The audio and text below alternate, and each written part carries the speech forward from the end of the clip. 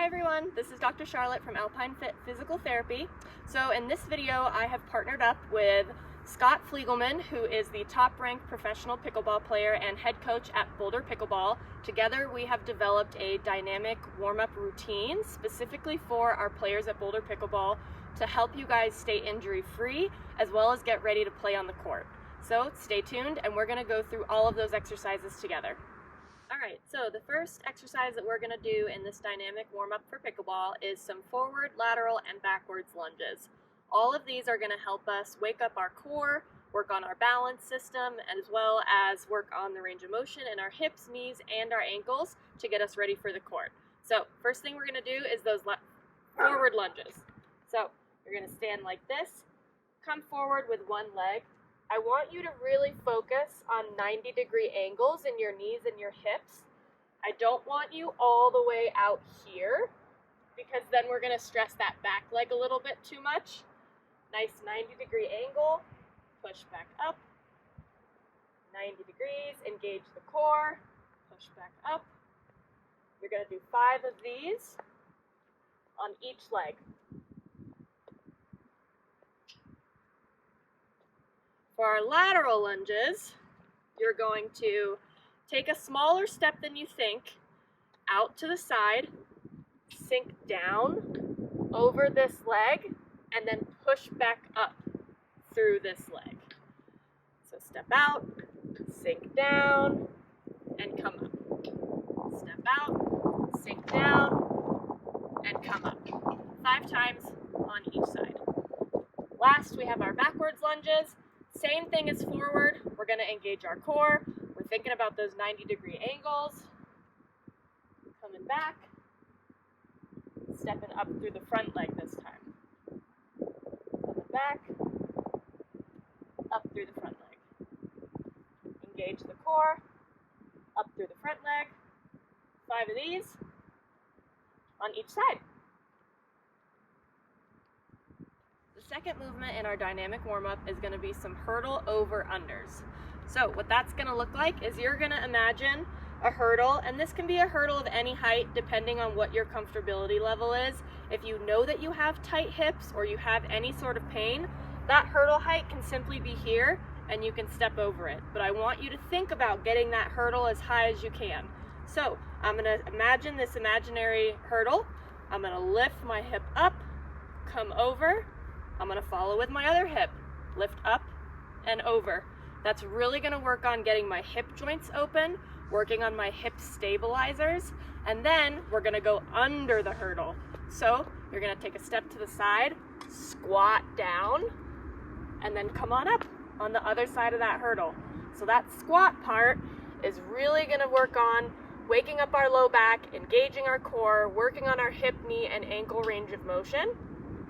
So again, we're going to come over the hurdle, over, step out, squat down, under and up. And you're going to do 10 one way and then 10 the other way, facing the same direction. Our third warm-up in this dynamic warm-up series is going to be some shoulder circles. So shoulder circles are, one, going to help us move the mobility of our shoulder joint or our glenohumeral joint. It's also going to help wake up our rotator cuff, and it's going to get our thoracic spine moving a little bit. We're also going to add in a face pull, which I'll show you how to do, to really wake up those scapular stabilizers as well. So starting with slow forward, small forward shoulder circles, you're going to gently get bigger, but for every 3 shoulder circles that you do, I want you to do a face pull. So what that face pull looks like is I'm keeping my elbows close to my side, I'm bringing my fingers to the side of my face, and I'm bringing my shoulder blades down and back. I'm not doing this with my elbows wide. Stand up nice and tall, elbows tucked in, squeeze your shoulder blades down and back like you're trying to squeeze a pencil. So we're going to start with forward shoulder circles, starting small, 1, 2, 3, face pull. A little bit bigger, 1, 2, 3, face pull.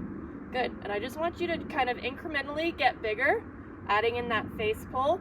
Do about 20 forward until you get really big, and then you're going to do the same thing backwards.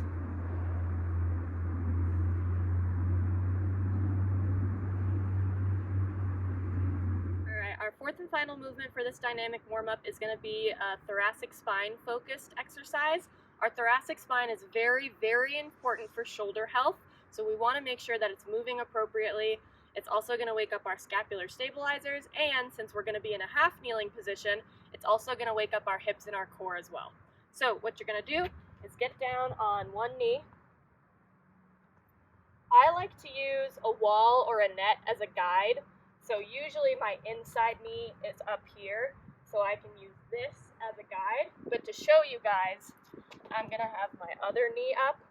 You're gonna put both of your hands in front of you, tighten your core, and then I want you to act like you are pulling back a bow and arrow. So I'm gonna follow the line of my arm, line of my shoulder blades, and reach back through here.